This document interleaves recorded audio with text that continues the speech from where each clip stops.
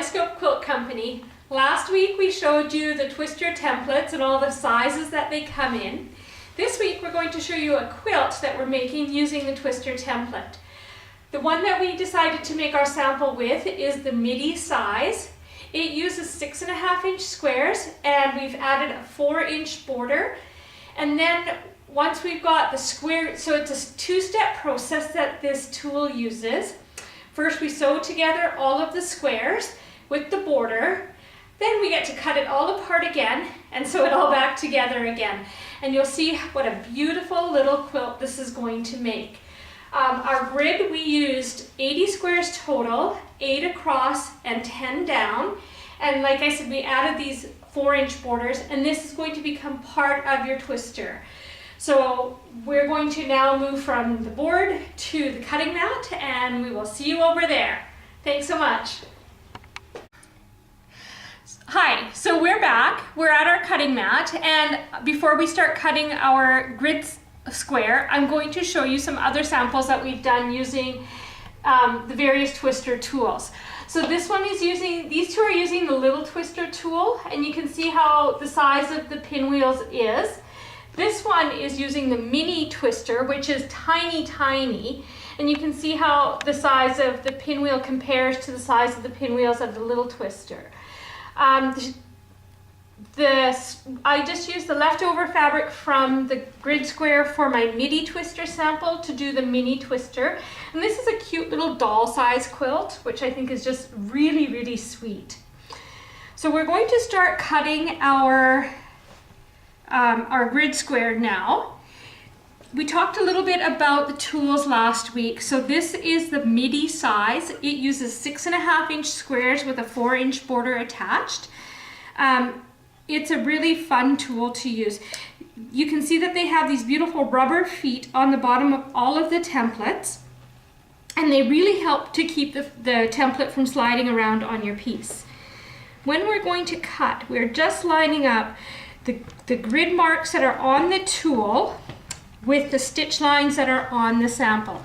If we were doing a single block, I would use my rotating cutting mat, and that would just make things really quick and easy. But because this is a big piece and we don't have the luxury of having a great big rotating mat, we're going to do the best we can and cut safely by just kind of moving ourselves around the corner of the table. So I've got my template lined up on my seam lines, and I'm just going to cut. So I'm going to cut one this way. There we go.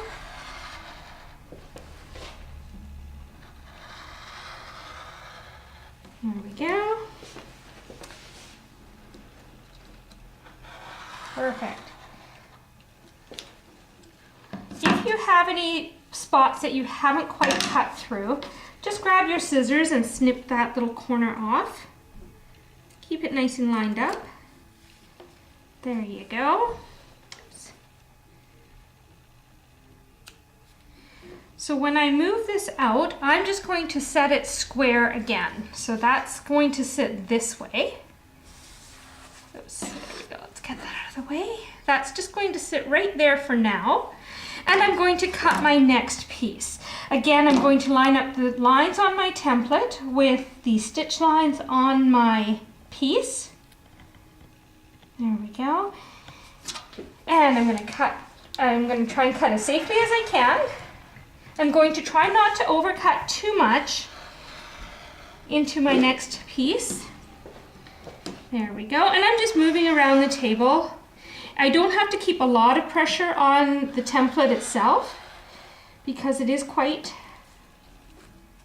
stable on its rubber feet. And again, just snip out those little corners if you haven't quite managed to get to the corners. And I quite often do this. It's just like so. Now I'm going to position this one here, and you can already start seeing my pinwheel come together in the shades of blue. The next one's going to be turquoise, and I'm just going to cut this one exactly the same. And I'll just show you these three, and then what and just so you get the hang of this. I'll get those out of the way. And I'm going to slide the whole piece closer to me. go.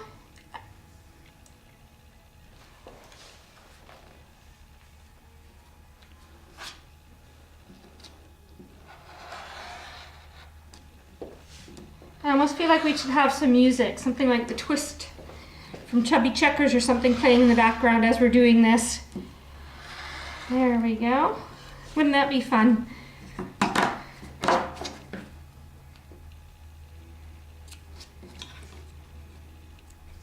Perfect. So you can see there's my third block, and you can see how this is going to come together. So what I'm going to do is finish cutting the rest of this row and stitch it together, and then we'll come back and show you what the next part of this is going to look like. So we'll be back in the next segment. See you soon. So we're back, and I'm just going to show you the first row that we stitched together. We finished cutting that entire row.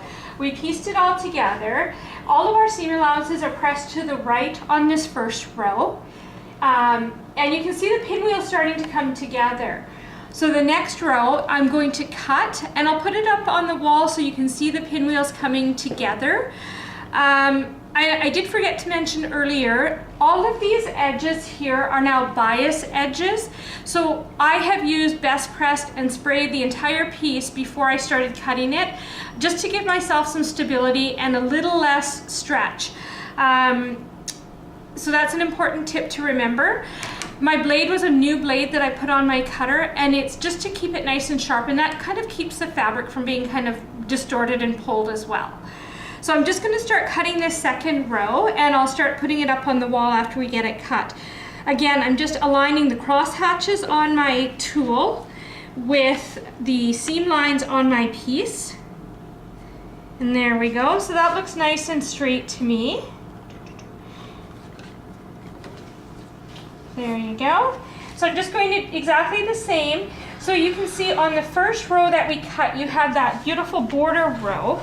On this row, the pieces are going to look a little different because we don't have that border row to anchor it together. Just on the left and the right edges. There we go. And I'm just going to snip through those corners again.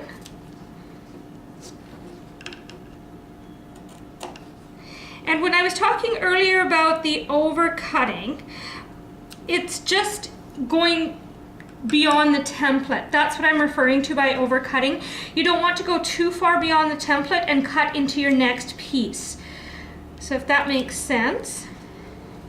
So I'm just going to put this one here for now.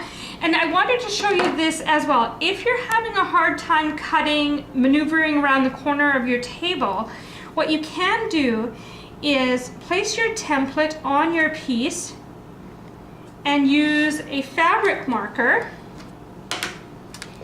and trace around the piece like this. Oops.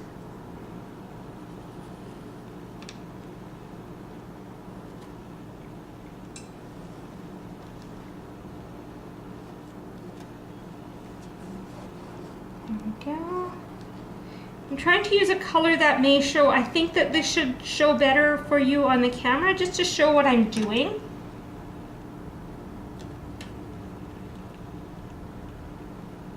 There we go. And now I'm just going to use my regular ruler, and I'm just going to place it on the outside of that line and use my ruler to cut those square lines, straight lines there. And this way I'm not kind of maneuvering too much around the table. There we go.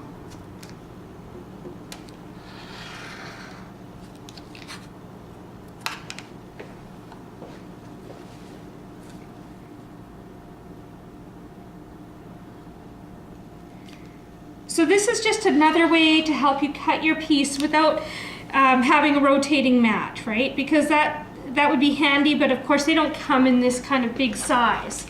And I could just do this on any cutting surface. There we go. So this is what I was meaning, that the pieces are going to start to look different. It doesn't have any border pieces to kind of help you anchor. So that's how that's going to look. And I'm just going to continue cutting the rest of these pieces, but what I'm going to do is put this up on the wall to show you how the template, how the pinwheels are going to come together. There you go. And there's the next one. So you can see how your first pinwheel is coming together, the next one will be the green one, and you can see the next row of pinwheels coming as well. So we're just going to continue to have some fun. We're going to continue to twister this up, and we'll have a finished quilt posted probably on Friday. We'll try to post a finished picture of the quilt. We'll see how it goes. But that's it. If you have any questions, about any of the fabrics that we've used or any of the products that we've talked about, just give us a call. The number at the shop is 778-455-4715. You can always drop me an email. The email address is kaleidoscopequiltcompany@gmail.com. I hope that video was helpful for you. If you have any questions, like I said, feel free to give me a call. Thanks so much. Bye for now.